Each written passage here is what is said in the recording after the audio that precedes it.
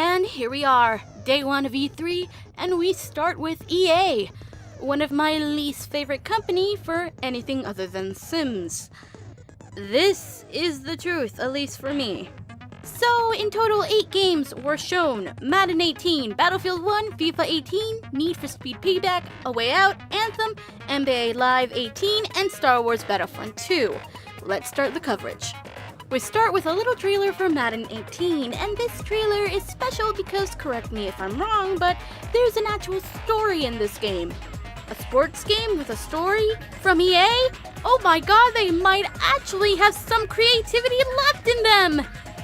They don't stay on this game for long, but it does look a bit interesting to say the least. I'm not a sports fan, but if you are, I'm sure a story to add more content will be exciting for you. Or annoy you. Depends on your outlook. After that, they went on to Battlefield 1. Not a new game, but new maps centered around Russia this time for more fun in the wintry motherland. I never played Battlefield, but the wintry look so far looks pleasing, and some areas don't have snow in it, so it looks like you're either going through a time skip or in areas with just no snow at the time. Don't judge me if I'm wrong, just never played it before. Just before this though, they did do a little montage of the stupidly amazing things that has happened while YouTubers, Twitch streamers, etc. were playing the game. I can't say the last one was absolute perfect editing and timing though. What the fuck? That's my response to that. I'll never be able to do that again in my life. I'll never be able to do that again in my life. Never, ever. That's it. That's as good as it gets. I should just stop playing. I should quit. That is the best reaction ever. Just something like that. He just disabled a moving truck with a grenade while jumping off a horse. Incredible. And now for the second longest segment during this conference and the most annoying. Okay, I would have been fine with FIFA 18 if they did not think it was necessary to have both a segment and promotion for a player who's in the same game back to back. What was even the point of the promotion bit? Someone explain that? This isn't a fucking sports talk show, it's E3. Stick to the program. Anyway, they showed off how the game looks and the motion capture, showing that Geralt was doing the motion work for the game. Or his character in the game. I'm not sure if it was just him or if they brought in other players for their characters in the game, but either way, it's FIFA. Not much to say about it considering I'm not into sports. Need for Speed Payback. I've heard this series for a long time and it really never interested me. However, looking at Payback, I'm kinda interested in it. You can find old abandoned cars and make them new again. Your mission is to get revenge on a cartel, you're part of a 3-man team, and the female isn't just a secondary character! Hooray! Yes, I will point that out every time, so get used to it.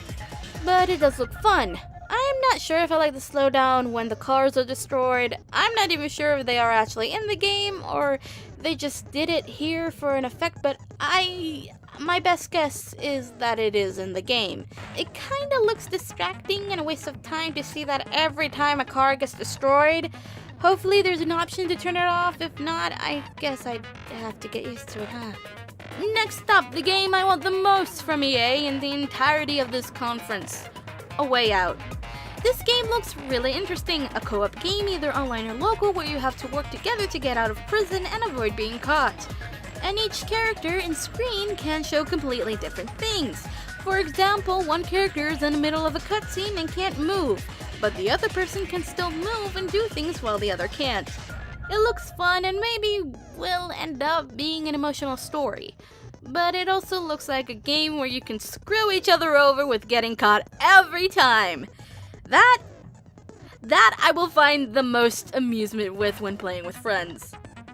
But I wonder if you can play this alone, though. Next on the list, a very short teaser for a game called Anthem that I have no thoughts on, but that it kinda looks like Horizon Zero Dawn. And there's nothing else to say because the teaser was a teaser and there really isn't much to go on. Anyway, NBA Live 18, the game where you can apparently fix your mistakes by reversing time. At least that's what that little example told me, and God, the sound should not be added if you're gonna be freezing and replaying a scene, or else you'll get loud as fuck sound effects that will leave you wondering what the fuck that was. Besides that, the game has added street play, so you're gonna be playing on outside courts that have become famous in the United States, like Venice Beach. And more clues have been added, and you can up your skills, and you can make your own path to get to the big leagues. I still don't have a real opinion on this. Sports aren't my forte, but more content for those who like NBA, enjoy it. And last of all, Star Wars Battlefront 2. The game I'm sure everyone was excited for, with a few exceptions, me being one of them. Okay, Jesus, don't start a fucking mob. Just because I'm not into Star Wars doesn't mean I will cast it aside. That would be a disgrace. Well, people like Star Wars, Mom.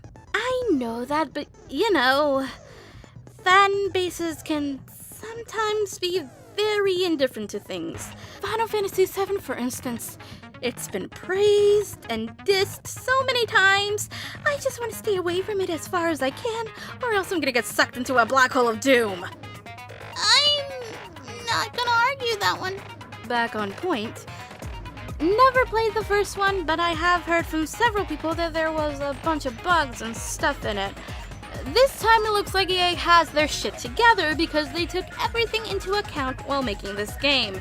Especially with the fact that they added offline story mode. They heard you guys, it's gonna be in there. I'm surprised they did because only being able to play a story online is just very annoying. And apparently they put in 3 times the content of the last game, and all 3 eras will be playable. They added a bunch more characters and classes, and the weapons have been revamped. Plus, the game has been tested by some of the top players to make sure things are going as they should. Added bonus to this is that there was going to be free content. You're not going crazy. Actual free content. EA's starting to get their shit together a bit. But other characters, like Finn, will be added for free later on for those who bought the game. And of course, pre-ordering gives you a beta. After it hit 4 p.m. on my side, I stopped watching the streams since they were just going to be streaming more of the game, showing its multiplayer mode.